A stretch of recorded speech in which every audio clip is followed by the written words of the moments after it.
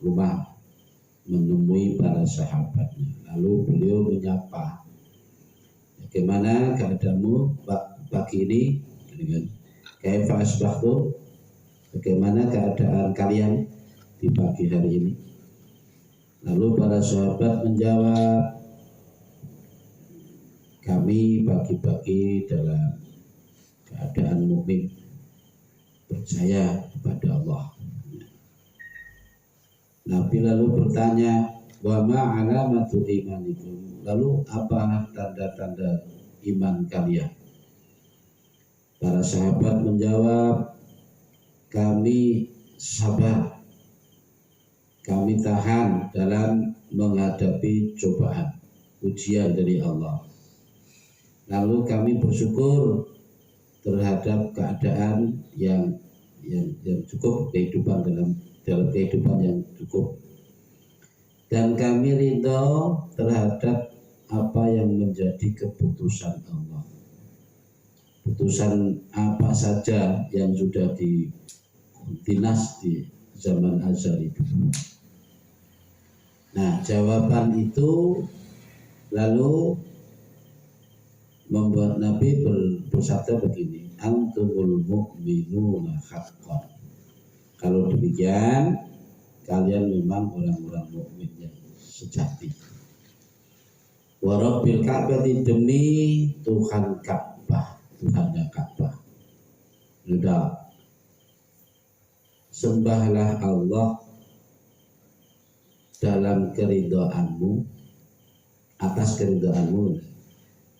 Jika engkau tidak mampu menyembah Allah dalam hati yang ridho, maka dalam kesabaran. Karena dalam kesabaran itu terdapat sabar terhadap sesuatu yang tidak kau sukai, ya. Itu terdapat banyak kebaikan. Yang udah kita. Nah, kita lihat dari cerita hadis ini ada beberapa poin yang menjadi tanda-tanda orang beriman. Ini kalau sahabat ditanya bagaimana keadaanmu pagi ini, jawabannya iman. Dalam keadaan tetap beriman kepada Allah. Lalu tanda-tandanya iman, satu, sabar terhadap ujian. Karena hati kalau sudah tertanam keimanan, kepercayaan terhadap Allah, maka percaya pula terhadap apa yang ia alami, itu ia yakini semua dari Allah. Sehingga begitu menghadapi hal yang tidak menyenangkan atau sebuah ujian, dia sudah siap atau sudah kuda-kuda. Wah, itu kok Gusti Allah. Karena di dalam kesabaran itu terdapat banyak kebaikan. Jadi urusannya wong iman, wong mukmin itu semua baik.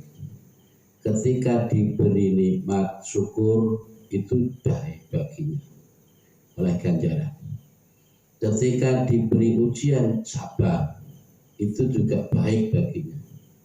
Dikasih melarat, sabar, baik baginya. Ditambahi rezeki, bersyukur, ya baik. Jadi urusannya sampai tok wong mukmin, syukur. Jadi ada 3 poin bagi tandane wong iman.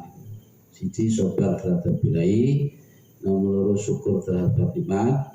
Nomor 3, ridho terhadap keputusan Allah. Apapun yang sudah diputuskan Allah, ya, kita ini tinggal merangkai sebagai pemeran. Di dunia dedekno wong melarat sembarang kurang, padahal usaha ya wis gak kurang-kurang. Ya wis, iku wis pestine kono. Ngomong sabar ini kan gampang, tapi nglakoni sing ngene. Tapi setidaknya nek wis tau ngaji ini kan bro, jadi setidak-tidaknya nilai sabar itu tetap ada lah dalam hidup kita. Nah, berkenaan dengan sabar, ada sebagian ulama yang ahli makrifat berfatwa, sabar itu ada 3 tingkatan. Sabare orang ya sabare tabiin. Tingkatan tabiin itu muridnya atau santri ini para sahabat, yaitu tarkus syakwa, menghindari curhat, wadul. Itu sing angel. Ya kok ngono kan, orang di beras sedina ini sak RT krungu kabeh.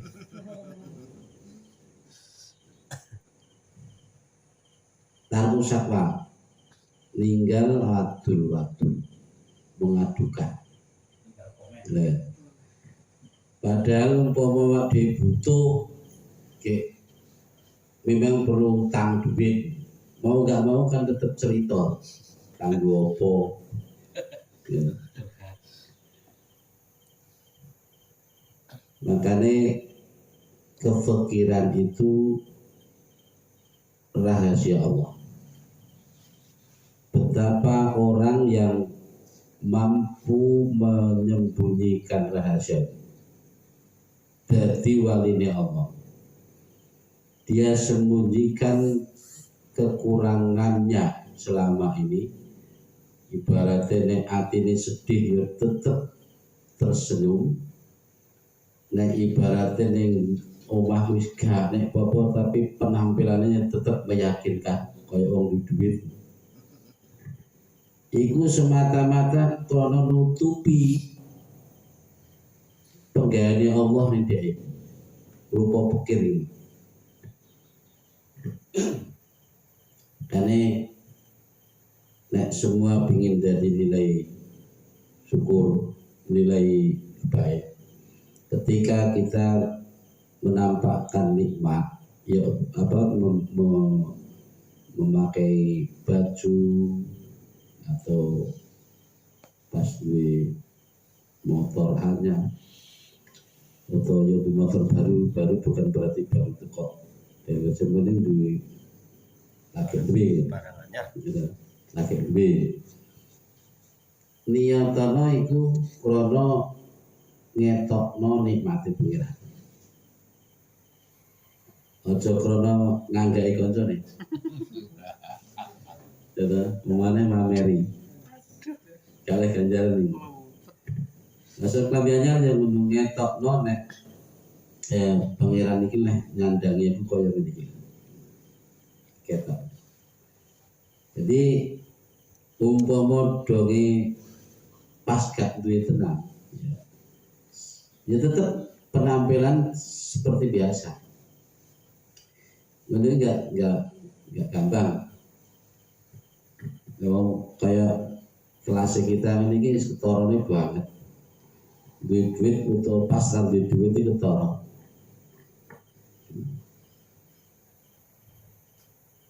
Ya kita tukar rokok ibarat dulu. Biasanya rokok itu kok saking ngene ketara duit. Kemana pas dikai rezeki luwe itu wis gaya hidupnya beda. Bentar-bentar ning mall, bentar-bentar ning market. Iku sabar sing tingkatane para tabi, yaitu menghindari wadul atau mengadu. Kemudian yang kedua, ridho terhadap sesuatu yang sudah diputuskan Allah. apa saja yang sudah diputuskan Allah, ya kita tinggal lakoni, mau nggak mau ridho. Ya ono sing dilakoni tapi bareng karo ngrutu, berarti kan gak ridho. Utawa ngrutune iki malah justru nyalahne pengiran. Iki piye to, padahal ya wis cara ibadah ya wis dilakoni. Ketentuan wirid sing hari-hari ya sudah terpenuhi. Kok digawe ngene gagal? Apanya yang salah? Jadi justru dicari penyebabnya. Padahal sesuatu itu sudah ditentukan, tinggal lakoni. Jadi bersabar tanpa mencari-cari dan tanpa menyalahkan orang lain. Wis ngerti nek itu pengiran ya wis ngene dadi ini. Makanya tindak menuki ketara banget pada diri Rasul. Jadi sahabat siapa ya? Anas bin Malik. Itu kan ya beliau insyaallah ada yang mengatakan diangkat sebagai anak angkat Nabi, juga pembantu khotim Nabi. Beliau bercerita sampai saya ini berkhidmat melatih di kanjeng Nabi, membantu kanjeng Nabi. Itu selama 10 tahun. Ada yang mengatakan 20 tahun. Selama itu pula saya nggak pernah mendengar Nabi itu mencela sesuatu atau menyalahkan orang lain terhadap sesuatu. Iki apa yang mau lakoni? Enggak pernah. Iki piye kok dadi ngene? Enggak pernah. Itu menandakan bahwa Nabi, setiap pandangan Nabi itu sudah ke arah sana. Yang terjadi itu sudah keputusan sononya. Jadi enggak perlu ditakok nih mana. Ya andaikan Nabi itu enggak kerso, enggak sedih hati, mungkin dengan cara hindarkan makanan, andaikan makanan, mungkin nafsu makannya nggak seberapa, makannya nggak kelihatan lahap.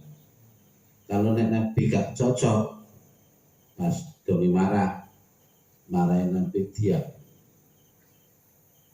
ya, itu tolong. Dan itu diungkapkan saya dengar Siti Aisyah. Pokoknya Nabi pas doi menang, pokoknya menang ya, selasa menang lagi marah. Nah, itu menandakan bahwa apa yang tampak oleh Rasul di depannya itu sudah makdur dari sana semua. Kalau kita kan andaikan pemuara tepak sesuatu kan langsung kita komen, kenapa ini dan itu. Padahal kita ya roh itu komen pengiran, takdir pengiran janjani. Seru. Jadi ridho terhadap sesuatu yang telah diputuskan itu derajatnya ahli syuhud. Jadi ahli syuhud itu ya nek definisinya syuhud kan ya orang yang sudah meninggalkan apa ya, gemerlapan dunia ini, pokoknya kesenangan dunia itu ditinggalkan. Itu nek syuhud. Ya termasuk ridho terhadap apa yang telah menjadi keputusan. Itu tingkatannya ahli syuhud. Terus gak peduli apa yang terjadi. Yang penting dia mantep konsentrasi terhadap Allah. Oke. Kemudian wal mahabbatu lil ibtila, ini siapa? Yaitu seneng nek oleh ujian. Karena dengan ujian itu bila mana lulus kan naik peringkat. Makanya ada salah satu syekh dalam keadaan sakit yang parah. Para santrinya malah doakan semoga segera sembuh, Yo aku kok malah buat tunggal sembah, aku tuh malah senang. Justru pada saat-saat sakitnya aku merasakan betul, menghayati betul. Di dalam sakit itu aku merasa dekat pada Allah. Jadi justru malah diseneni, dimarahi. Santri ini dungakno supaya segera sembuh, namanya Rafia ini sakit kan, atau ada seorang saya yang tidak wafatkan dungakno supaya yang sembuh cepat parah. Ya ngono, do kowe kok podo nangis, kok aku ki arep ketemu kekasih. Aku malah seneng kok malah kok tangisi. Ya itu sudah tingkatan-tingkatan derajatnya yang benar-benar sedikit. Orang-orang yang tulus, murni dalam beribadah. Terus nggak ada kumatil apa-apa, nggak ada tendensi apa-apa, kecuali ingin ketemu. Jadi ada tingkatan orang yang justru senang jika diuji. Nah, dia kan malah wedi diuji. Jadi ibaratnya bocah sekolah punya ujian malah wedi. Wedi ini kalau orang naik gunung ya, wedi